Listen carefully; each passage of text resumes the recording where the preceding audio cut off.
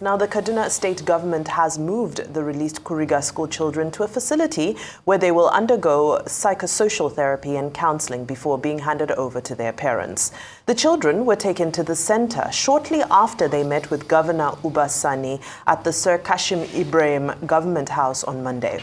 The arrangement, which is under the supervision of the Ministry of Human Services and Social Development and the Ministry of Health, is to ensure that the rescued children are in good mental health and psychological condition before they will reunite with their families.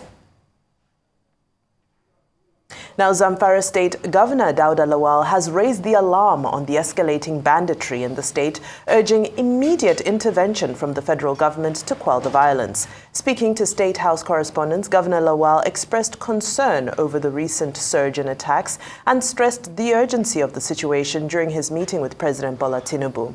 Now, Governor Lawal warned that failure to address the growing threat in Zamfara could lead to widespread destabilization across the region. If nothing is done in Zamfara, I don't think we'll be able to solve the situation in the entire northern Nigeria. As you know, most of the guys or the girls or the people that were kidnapped ended up in Zamfara State, and that is not good for us. And therefore, we're doing everything to change the narratives. And that is one of the reasons why I'm here today, and I complained to Mr. President, and I have his assurance that something drastic will be done as quickly as possible to take care of the situation. And I just met with Mr. President to brief him about the security situation in Zamfara State, as well as to solicit for his help so that we can bring this to an end. And I have the assurance of Mr. President that he will handle the issue personally, and very soon something drastic will happen that will bring peace in our region. Well, joining us now on the morning show as we discuss the insecurity in northern Nigeria, especially in the axis of Kaduna and Zamfara states, and what should be done to avert another occurrence of abduction, is Dr. Sani Abdullahi Shinkafi, Executive Director of Patriots for the Advancement of Peace and Social Development. Good morning, sir, and welcome to the program. Good morning. Thank you for having me.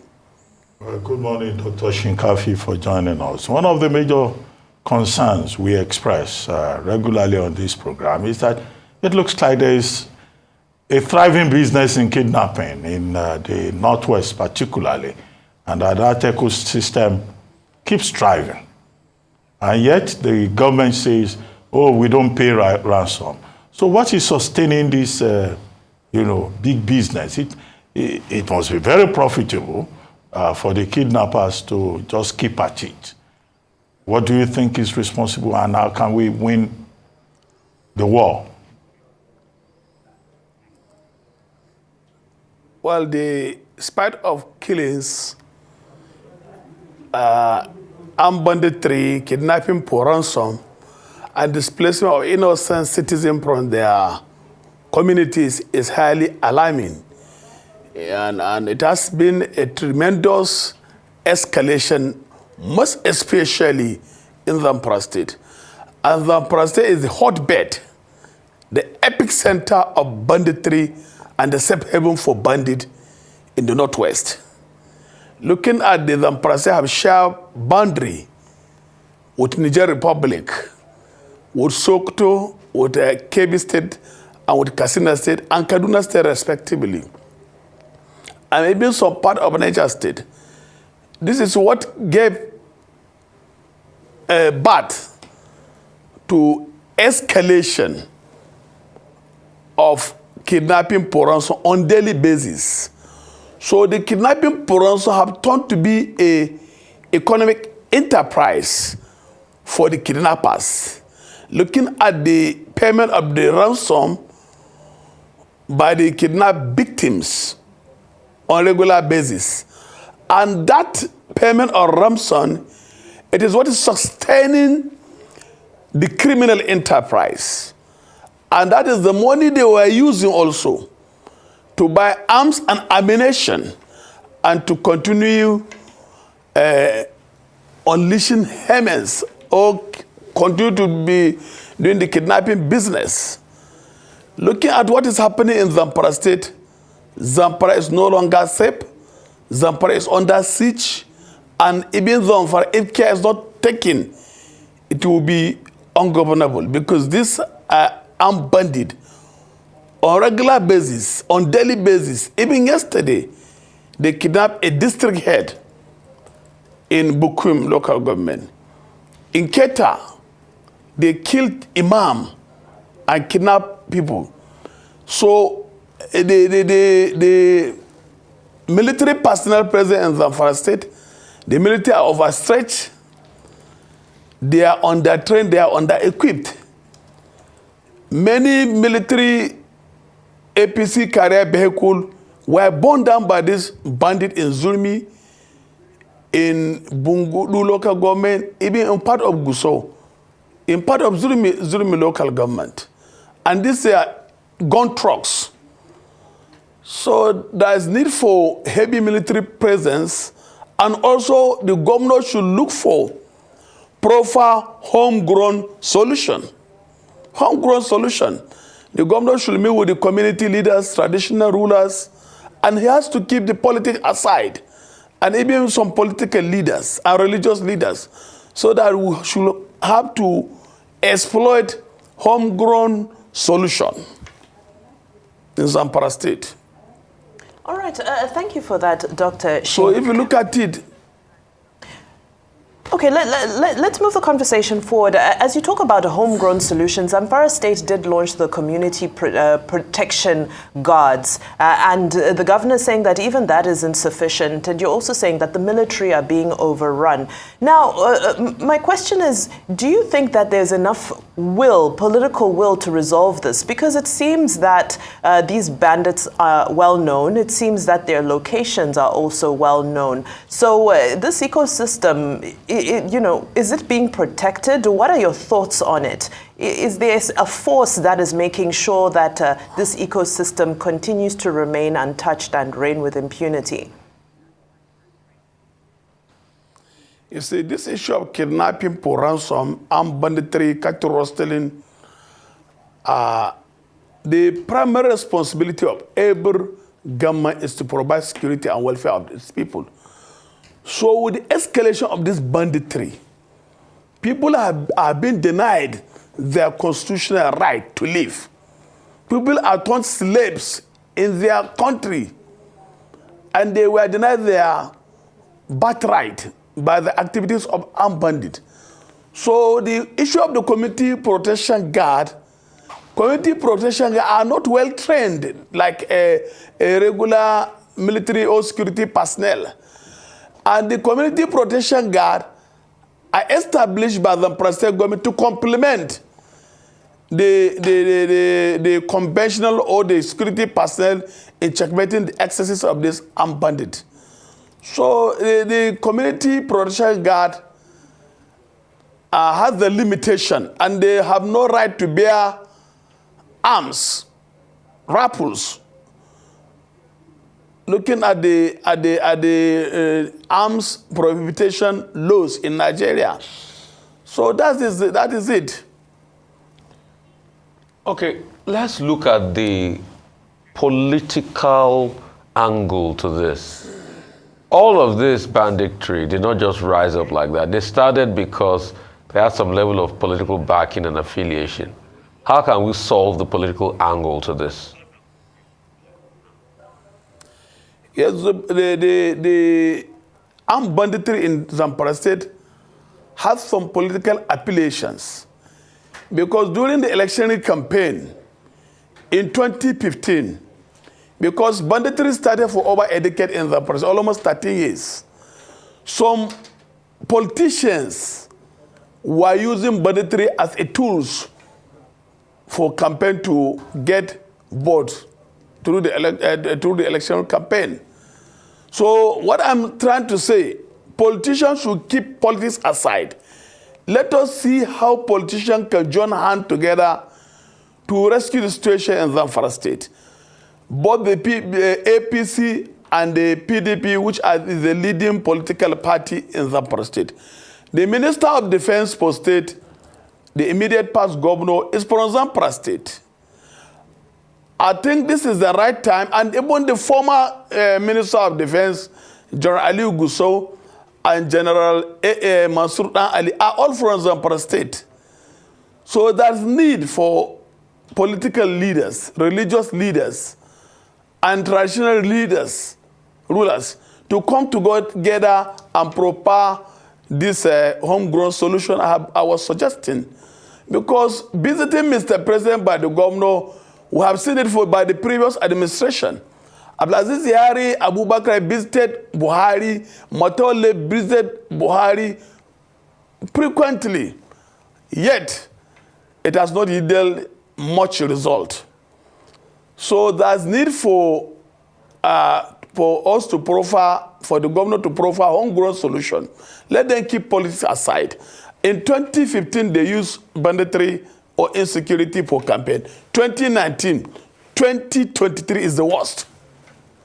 So now, well, from fire to frying pan. Dr. Shinkafi.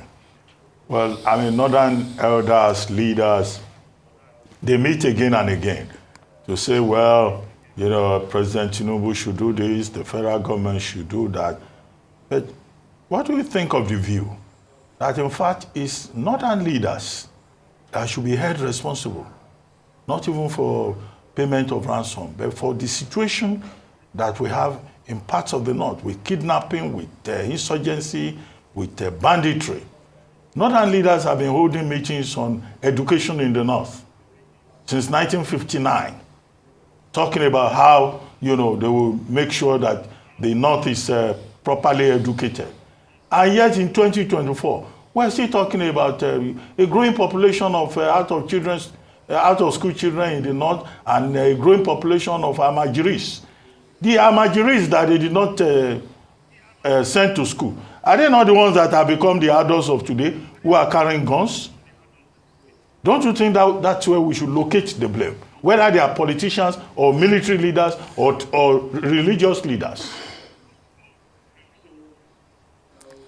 The indices that gave birth to kidnapping, ransom, and banditry, cattle stealing, displacement of innocent people by these criminal elements, contributed to power back bad governance, corruption, weak judicial system, lack of education.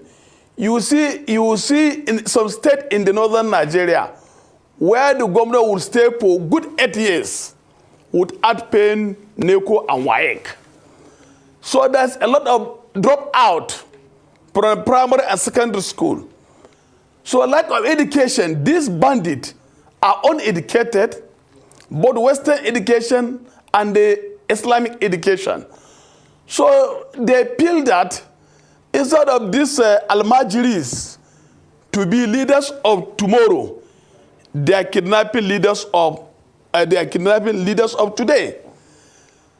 So there is forest border in the northern Nigeria. Most of the northern states share border with Niger, some share border with Niger, share border with Chad, share border with Benin, some share border with Cameroon. So there is a proliferation of smaller and lighter arms which are being smuggled into the border.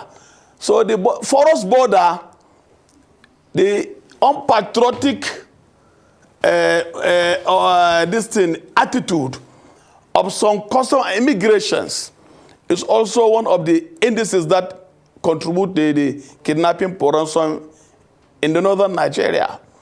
So the major problem is poverty, unemployment, corruption, lack of education, weak judicial system, and also the logistics suppliers, the activities of informants, and some unpatriotic security personnel also contributed to this issue of kidnapping for ransom. Okay. Okay, you've shed light on the issue of the undergoverned spaces, the forests and the borders and porous borders and so forth. Now, my question to you, I'm curious, just last week we saw a military operation that saw several communities being cordoned off by the army in pursuit of certain perpetrators. Why can't this strategy be used in these areas as well, where these undergoverned areas are cordoned off by the military so they can comb through them and deal with these perpetrators? Can you come back again, please? Okay, no I'm not problem. heard you very well. No problem. So you spoke about some of the forest areas, undergoverned areas, yes, which have become a hub for these terrorists and bandits. Now, my question is that last week we saw a military operation that cornered off various communities to try and comb through in search of certain criminals. Why do you think this strategy hasn't been used in these areas as well, to cordon them off and comb through the areas by military so that we can find these bandits once and for all? You see, most of this military personnel, most especially in the Zamfara state and other part of the northern state, are being complained of understaffed and under-equipped. Looking at the huge amount of money which the government is appropriating in the national budget, but yet there's nothing to write home about. So if such methodology or approach for search and rescue operation can be done by the military personnel, other security personnel, and also to use intelligence device, those maybe to have to use some technology, how to look at their hideout, because most of these bandits, where they are staying, the terrain is not motorable, and you have to use maybe motorcycle or you have to use jet fighter, and also you have to use community policing using the locals. Because most of these locals or most of these bandits, especially in Zamfara, where is their hotbed and their safe haven. So all these major notorious bandit kingpins are indigenous. Most of them, 80% are indigenous. So if there should be a political will to pursue, to fight these armed bandit and criminal elements. Okay. And with all sense of patriotism and change of attitude on the part of both the government and the people. Two things. Number one, Sheikh Gumi has been speaking a lot. He recently went to speak to the security agents. What's your take about Sheikh Gumi's approach of give the bandits this, give the bandits that? Probably they will stop. That's number one. Number two, underdevelopment too has been a big problem that has led to the rise of banditry in states like Zamfara and other states. Would you say Matawale developed the state and fought banditry more than the current governor? Well, on the issue of the Sheikh Ahmed Gumi, I have not shared much opinion with him 100%, but partly because in this fight against armed bandit and criminal elements, you have to pursue two approaches, kinetic and non-kinetic approach. Using kinetic approach, you have to use total military force against the bandit and the criminal element and terrorists. But using non-kinetic approach, which Sheikh Ahmed Gumi is also trying to propose or suggest to the government, there should be a condition attached to it. If the bandits or if the government is going to grant amnesty or negotiate with the bandits, these bandits should be ready to surrender their arms and embrace peace unconditionally. But for them to attach any condition on the peace dialogue, that is where we have not shared the same opinion with Sheikh Gumi.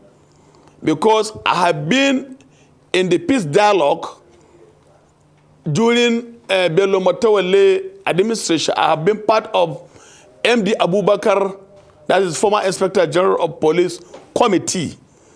So I knew how some of these bandits breached the trust, betrayed the government. After coming and took an oath with the Holy Quran, and some of them will now go back also to the forest and continue their kidnapping business. So on the issue of under the bluffs, lack of good roads and infrastructures, poverty, and a lot has, I have said earlier, are some of the contributing factors. The previous administration of Governor Bello Motole have did well in some part of the state where there is problem of road on the issue of this that will have to help to in the fight against crime and criminality, especially in one village called Gidangoga. The road is not motorable. On daily basis, kidnappers launch havoc, kidnap people, kill people, rustle cattle. But when the road was peaced, the kidnapping was reduced to the minimum level. And in Kanoma, Rondoroa, also the road was constructed by the last administration of Governor Bello Motawale. Kanoma, Rondoroa, being Aziz, is one of the hotbed of bandit. But with the construction of that road, it has reduced the activities of the bandit. Lansado, where these Kuriga children were traced in Bena, in Lansado Aziz, where you see bandit, notorious bandit kingpin, Damina, Alikawaje, and even Dogo Gide, they stay in that Lansado Aziz because it's a thick forest. And also, it's their safe haven. And from Gusau to Lansado is not up to 120 kilometers. The previous administration of Abdullahi budgeted that Gusau road. The project was not executed. The same thing, Bello Motole administration budgeted the money from Gusau to Lansado road. It was not executed. And even the previous, this present administration, the only situation, the only way the military can go to Lansado and do search and rescue operation and also dismantle all the hideout of bandits is to construct Lansado, Gusau Lansado road. From Gusau Lansado, just 120 kilometers, but it will take you more than 5 hours, 7 hours before you reach Lansado. And now it will take you more than 3 days before you reach Lansado because you must be escorted by military to Lansado. So when these Kuriga students were kidnapped, they were taken through Birningwari linked to Lansado forest. And that is where they were traced in Bena and also around that Lansado forest. Okay. So, Doctor? I cannot, this is not time for me to weigh or to say that the Lord have not performed well or he has done well. Doctor? Because he's still less than 1 year in office. Well, Dr. Shinkafi, you know, I've listened to your comments. But just before we go, in less than a minute, you are executive director of Patriots for the development of peace and social development. For the advancement of peace and social development. Yes. Can you tell us in less than a minute what that body does? Is it an NGO or is, you know, just tell us about it. It's a registered NGO with Corporate Affairs Commission. And we have been into advocacy for peace and philanthropic activities and other humanitarian services. So that is what we did. And we promote peace and social development across Nigeria. And I'm the executive director. Okay. Thank you very much, Dr. Shinkafi, for joining us on The Morning Show.